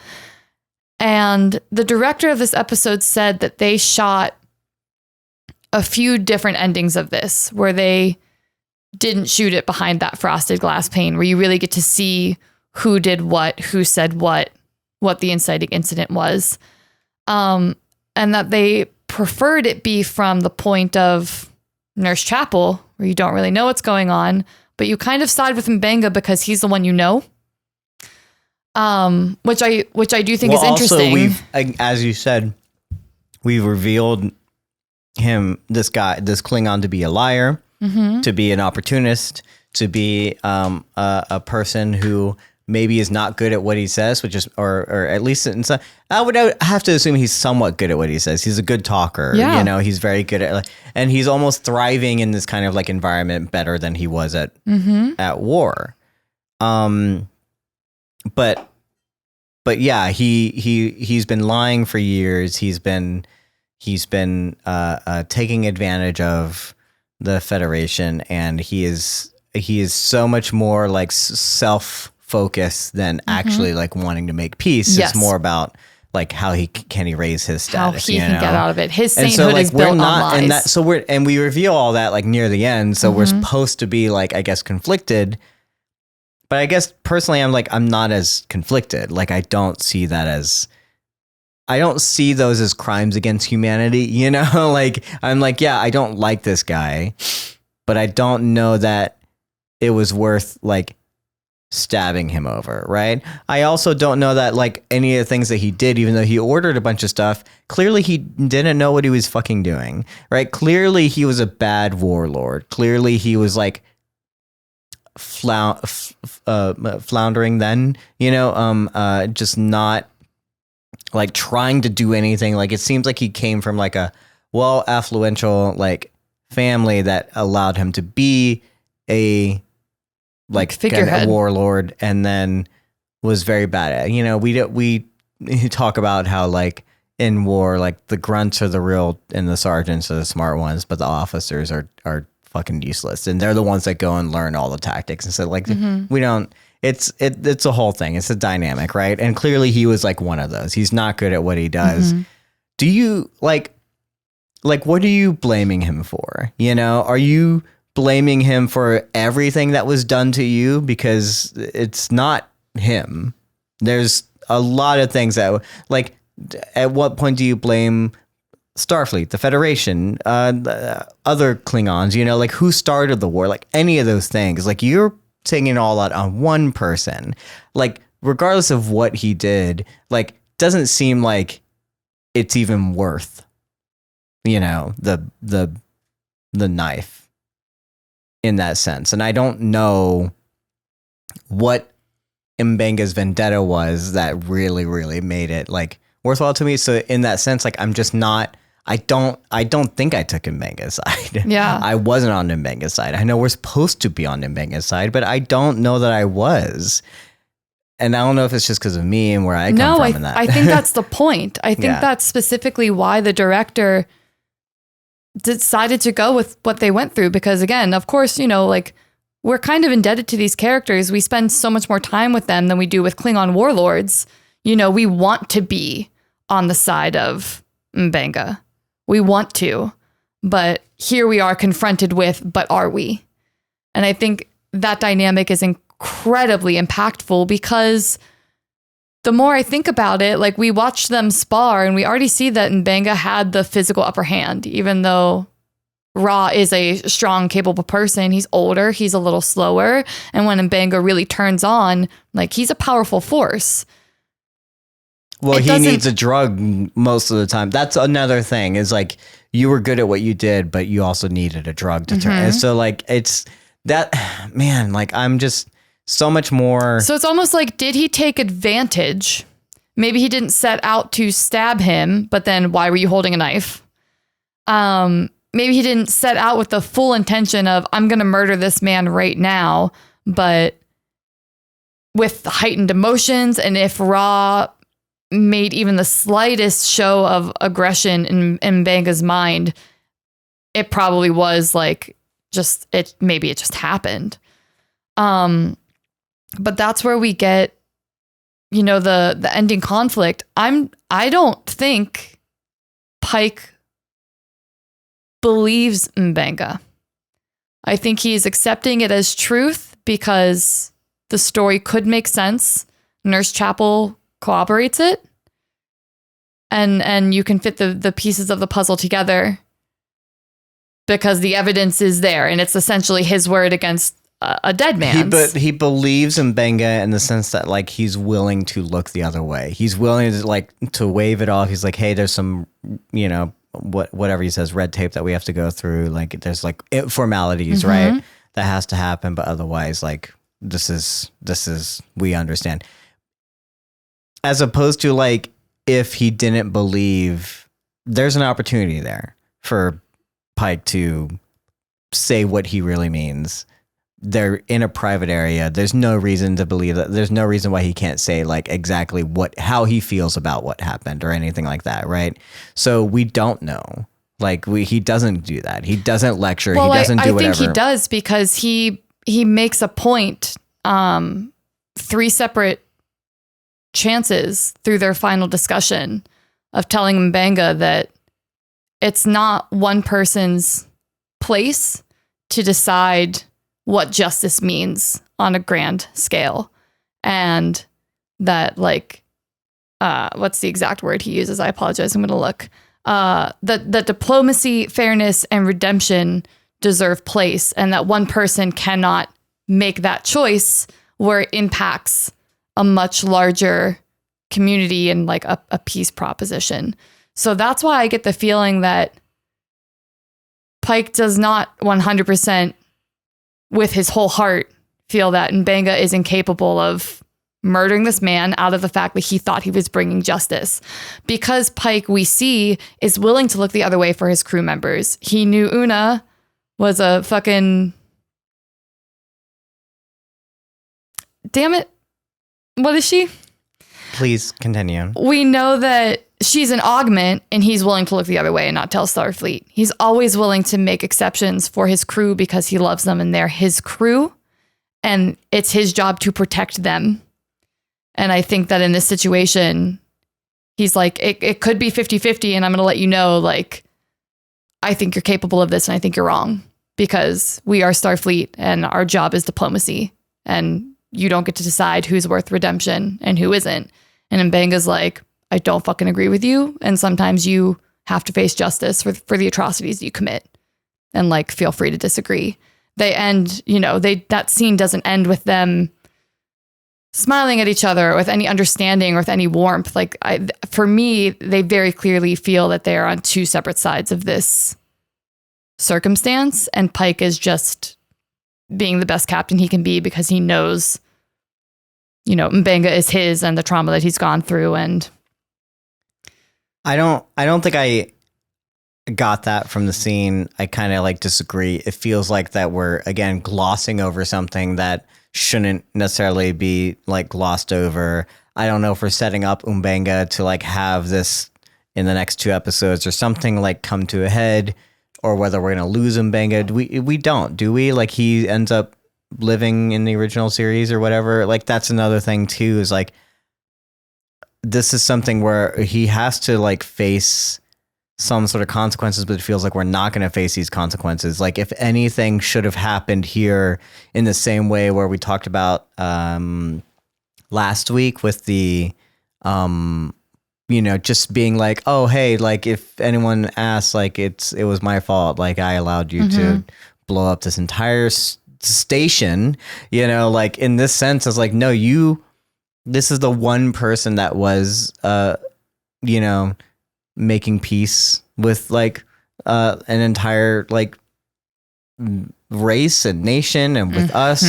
This is a one thing that we were supposed to be doing, and like, you did this. Like, I can't, even if his arms are tied behind his back, like, how do you just look the other way? How do you like, and just allow him to continue being like, there's absolutely not even like, as a captain being like, hey, I'm watching you now, even as a person, to be like, I cannot allow you in good conscience to ever like to still hold this position. Like, we need to like make Nurse Chapel the main doctor. You need to take some time off or something.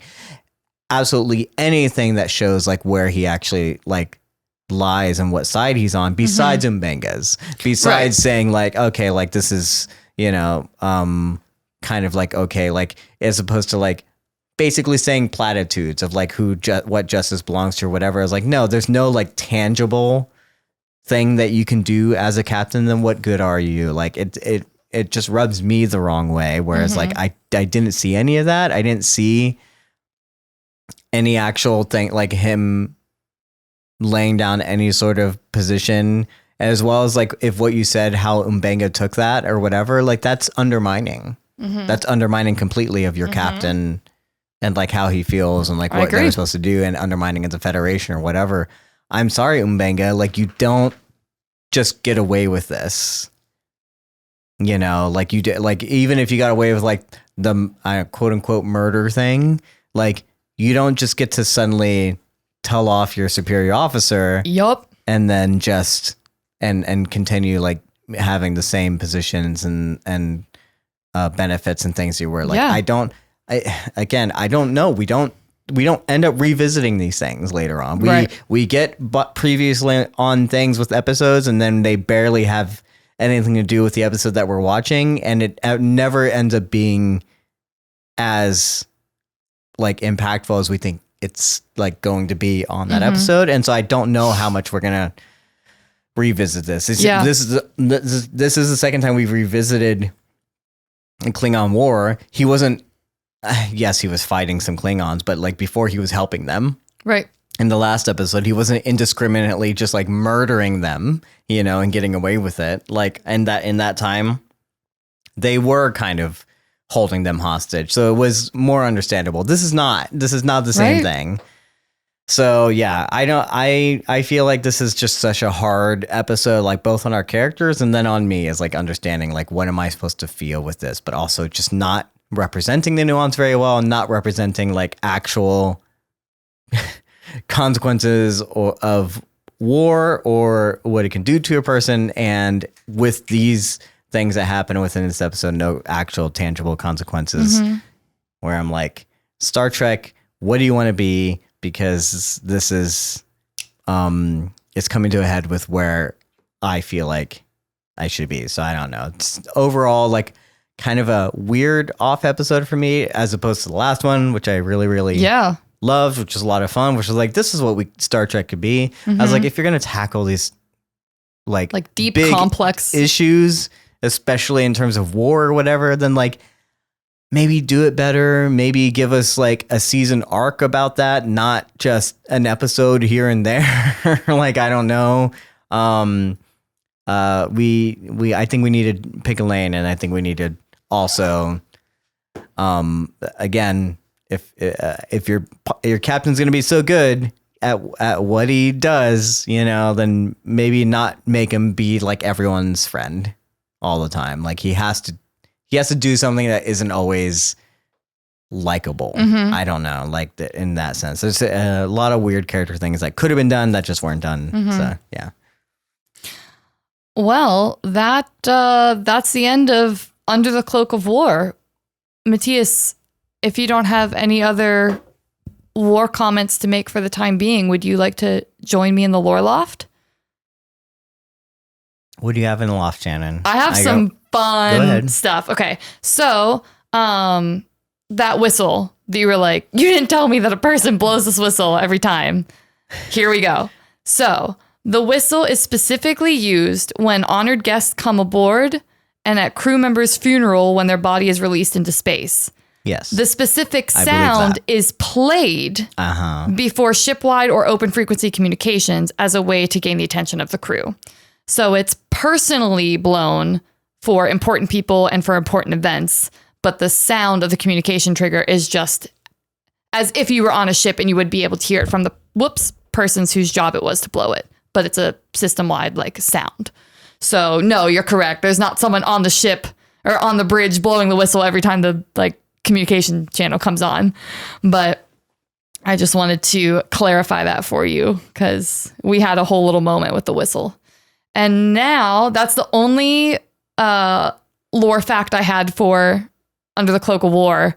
And now we're going to get into all the fun stuff. Nothing on the Klingon Wars. I just respectfully don't think I want to talk about it anymore because we've already talked about it the last time we talked about the Klingons. I'm happy to unpack that with you again. But essentially, as I was saying, the Klingon War is something that has been referenced a whole lot, but we haven't actually spent time within.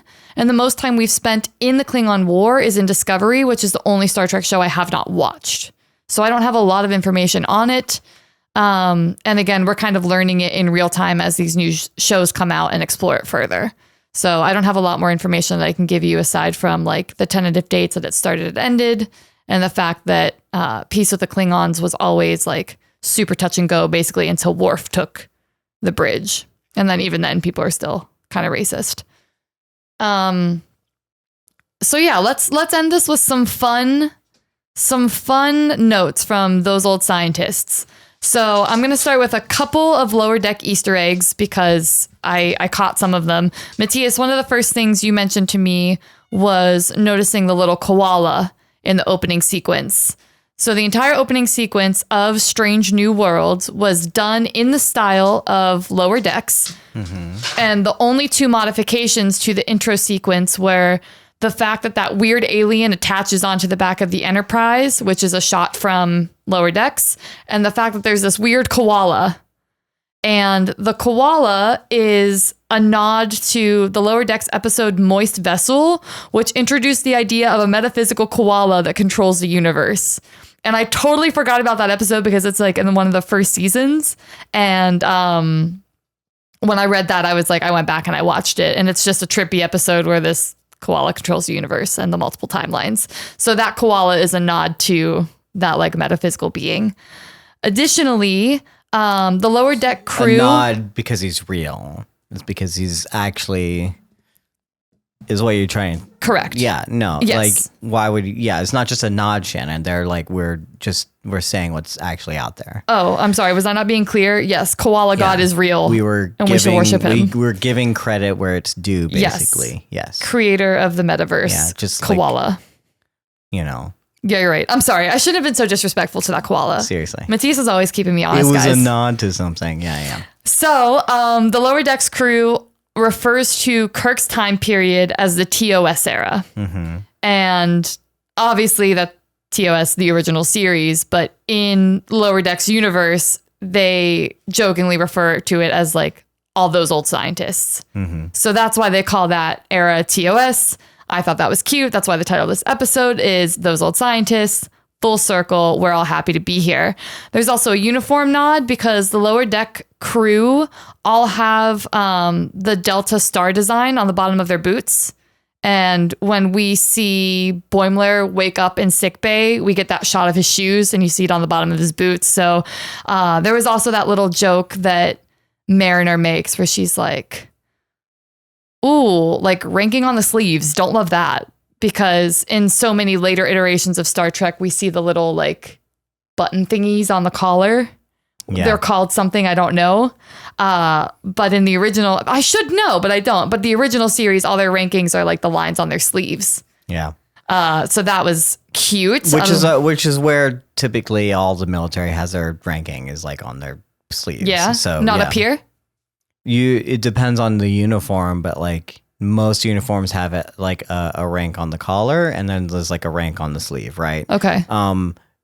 Terms of service length is also represented on the sleeve in terms of stripes. When you're in your dress uniforms, those things can also be on the sleeve. So it's very clear. Like what was interesting to me was like, I never thought about it, but then you notice how like everyone in Starfleet like stands with their hand behind their back. And this is like a weird lore thing that I made up for myself. I was like, oh, now that I know their ranking is on their sleeve, and I never really paid attention to their sleeves before. Yeah. I was like, what a great way to neutralize who you are. Like, what a great way to like, to show someone that like, I am just like you, you know, to when you're having a conversation with someone, to not let ranking be like in part of the conversation, you know, like this is something that like, and the reason why I thought that was because like we were taught in boot camp to carry everything in our left hand. Because when you're in uniform and you pass by an officer, you need your right hand free to salute. Like every time, like, so like never, it was like an offhand, it's not like in a book, you know, it's like something that like someone who has experience with who, AKA my drill sergeant or whatever was like, hey, just so you know, like something that I've learned, something that you want to be sure is like, especially when you're passing an officer, like they're going to be mad at you if you don't salute or whatever. So like, if you're going to be walking around base in a uniform, things like that, just carry everything in your left hand. Always like get that in your head, all that kind of stuff. It's not something that's like, it's just something that like was taught. And I can imagine someone setting down these recruits and being like, hey, if you're ever around someone, don't flaunt your rank. Like put your hands behind your back, you know, stand at, and again, I don't know if that's happened or whatever. No, I love that. It was just something I was noticing. And something that I made up for myself. And I'm like, that's a great way to, a great thing to think about. Yeah. Such a good headcanon from you, Mattias. I really, really love that. Hell yeah, man. All right. So I got two more for you. Lower Deck Easter eggs. When we hear that Mariner makes a lot of specific references to like future events to Boimler that I think pass almost everyone by, including the audience, including the Enterprise crew. But one of them is she was worried that Boimler was stuck in a dystopian San Francisco in the middle of a riot, which is a direct reference to another Star Trek episode that Jonathan Frakes directed. It's just Deep Space Nine past tense, and they were stuck in San Francisco in the middle of a riot. It was a time travel episode, and it was a whole thing. So that was a cute little moment. And then last, but certainly not least, when we finally see the poster of number 1 in Boimler's bunk, Commander Ransom spots it and says, "Numero una, hottest first officer in Starfleet history," which is funny, but they are married. The 2 voice actors are married. Who? The person who plays Commander Ransom in Lower Decks and Una Riley. Oh, interesting. They're married. I didn't know that. I didn't either. So apparently that's something that he threw in. Sure. And yeah, they're married. Course, yeah. So that's super cute. Numero una, hottest first officer in Starfleet history. Super cute. Okay, so that's the big Lower Decks Easter eggs that I caught.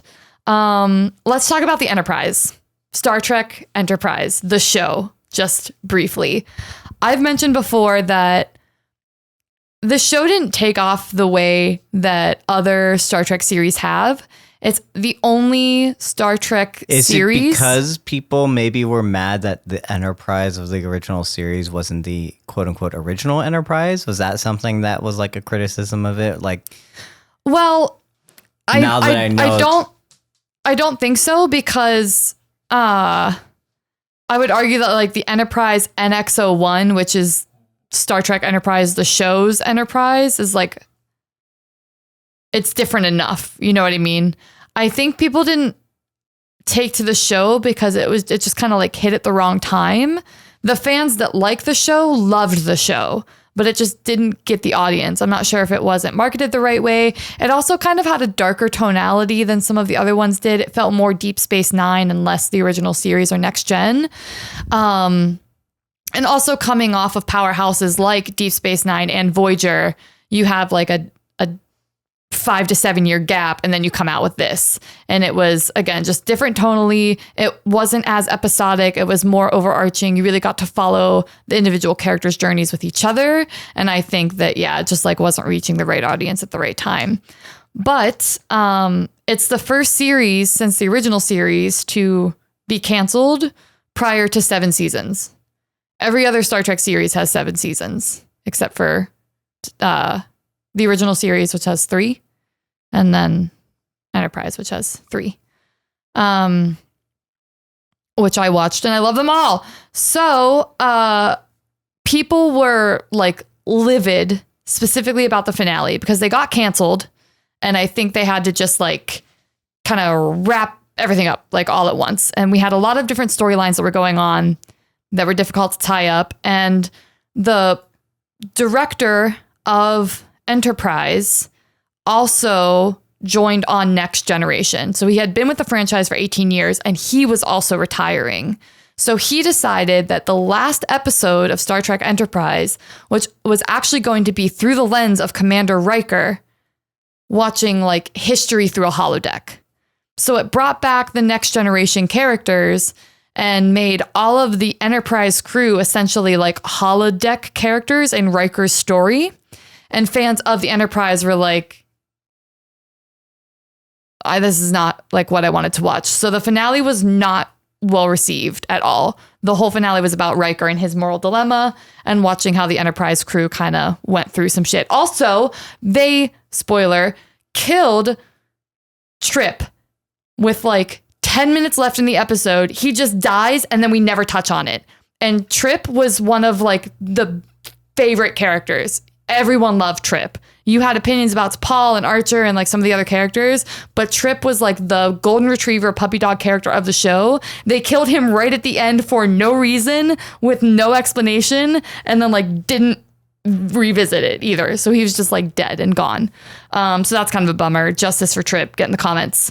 But something I liked about the very last moments of the episode is that it tied together the original series, Next Generation, and kind of graduated Archer into that timeline because the theme song to Star Trek Enterprise is not like any of the other Star Trek intros. The one to Enterprise is like a song, like it's been a long time getting from there. It's like a snappy like jingle.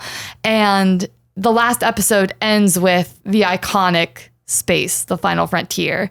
And it's intercut shots of like all the different Enterprises and Picard, Shatner, Kirk and Archer saying the monologue. So I feel like that's the only thing the finale got right, was graduating Archer into the position of saying the monologue. Why that's important to Star Trek Strange New Worlds for me is that Chris Pike is a huge fan of Captain Archer, which I personally love because Archer is the reason that we have the Federation as we know it. Archer is the human that signed the accords that like made the treaty between Vulcan, Andorian, Tellar, and United Earth. And he served as the first president of that. So Archer is so important. He's like the NX-01 was the first mission to come out into space and explore from Earth. And the fact that people shit on Archer and Enterprise all the time, I'm like, they walked so we could run. Like, it was such a good story. And the way they made humans able to connect with these new species for the first time, I think was so authentic and genuine and weird. And Archer was not a perfect captain the way that like Pike strives to excellence and Picard strives to excellence. He's just like an American guy in a fucking spaceship, like trying to do the best he can, meeting these new people and striving for excellence. So Chris Pike is a huge fan of Archer. Uhura wrote 3 papers on communications officer Hoshi, and she was a delightful character. And Ortegas loves Travis Mayweather, who was the pilot. So we get little nods to that. And the Enterprise NX-01 becomes crucial to this episode's success in Strange New Worlds, in the same way I would argue that the Enterprise NX-01 is critical to the success of Starfleet and Federation. And people overlook that so often, and it makes me so upset because it was a very good series. I don't think people gave it a chance. So yeah, Archer is the whole reason that the Federation was even born as we know it, and he serves as president for years and sets some great goals. So that's my Enterprise rant. I'm gonna cap it there because I have a little bit more to say, but I don't need to say it. We've been podcasting long enough. But if there's any part of you that's ever been like, I wonder how all of this got its start, like watch Star Trek Enterprise. Like, it's a wonderful show. The finale's fucking stupid, just like Lost, but that doesn't make me love like the characters or the story any less. That storyline did not shy away from like death and despair and failure and like making the wrong choices at the wrong time, not always operating to excellence, not being perfect Starfleet because we all know what we're doing. Like, it was so human, and I think maybe that's why people didn't like it, because it wasn't the utopian Star Trek that we've kind of come to know and love. It was a little messier than that. But I really loved it. Great.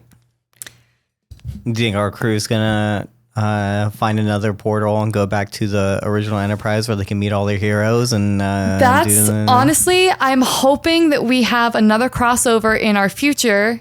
It's okay if we don't. I was reading a little article and on Den of Geeks, and I'm not saying it's going to happen, but there is an article about like how we can kind of retcon the fact that Trip died, because he dies off screen and we don't ever find his body. And it's like, we could maybe go back and like find out that he didn't die. But also T'Pol, who is first officer on the Enterprise with Archer, should still be alive. She's the Vulcan first officer. So we might even be able to, in passing, meet her. And it would just be a nice way to, again, remind people that Star Trek Enterprise is canon. It is important. The lore impacts our story as we know it. The temporal wars, which we talk about in the episode with Kirk and La'an and the temporal wars agent, that's from Star Trek Enterprise. So I feel like we're already kind of setting up just like nods to Star Trek Enterprise. It's okay if it never goes anywhere. It's like the references are cool enough, but justice for Trip, guys, because he deserved better. And I think we can climb down from the lore loft now.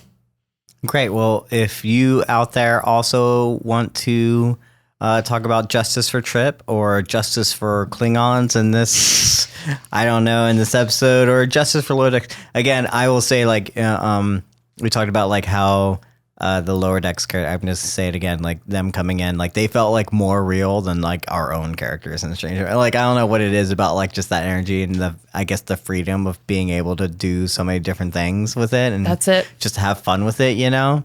And then the other characters have to be like very specifically like, here's my character, this is what I deal with, this is my struggle, and just very one note, you know. And sometimes, you know, and it's like great because we like understand, we know what to expect from them, but like, yeah. I'm going to make Mattias watch Lower Decks. Lower Decks does a great job to just bring a little bit of life to the whole proceeding. So I'm glad we had that. So if you enjoyed our conversation, I'm sorry this is such a long episode, but again, we had 2 episodes to talk about. Lots of lore to talk about, lots of opinions to bring in. And we hope that if you have opinions of your own, that you can share them with us, and feel free to even spur on more conversation than we could even have and fit in here, because we were just felt like we had to get this episode get it all in done. And you can do so by emailing us at codependentcontent@gmail.com. You can also go on our YouTube channel, leave a comment with a little time code thing if you like, if you're on mobile. And that's one of the best ways to engage with the podcast, because you can also hopefully engage with other people who are commenting, you know, not just an email, but you can like throw it out there and hopefully other people will be able to answer as well. And we'll be able to see that and comment and do that. And if you're so inclined, you can also join us on Discord, a little community world building Discord where I just like to chat with people about content as well. And where we host this live every week and have a little chat room when we can, and when it's convenient to our schedules. Yeah. But you know, even when it's not convenient to our schedules, Discord is there, and you can always join and post. And I know it's you know, kind of overwhelming and stressful to like be like, oh, I don't know where to post or like engage with us. It doesn't matter. Anywhere. Wherever you want. Anywhere. Tag us if you like. Tell us how we're wrong, how we're right, how fight me. You hate us, how you love us, whatever it is. And then Shannon will be your friend forever, because that's what she does. She becomes best I befriend everyone. And then, yeah, all the ways that you can engage with us, you can do that. In the meantime, I will be holding my hands behind my back because we are equals, Shannon. Yeah. And I don't want you to know that I'm of a higher status than you, you know, even though I am, like, clearly, you know, was the idea, you know, but but my hands are behind my back, you know, to ease your discomfort thing, you know, so that whenever I do ask you if you'll join me next week, for our musical episode of do you love musicals, Shannon? Would yes. you like to? Okay, great. I love musicals. So I feel like it's going to be a great episode. I'm going to cry. I'm not kidding. The whole conversation. Will you join me for that? Will you memorize all 10 new original songs? Done. Zoom in on my face here. Give us a breakdown of each stanza. Absolutely. Great. Well, if you're gonna be there, I'll be there too. Okay. We'll see you then. Okay. Bye. Bye.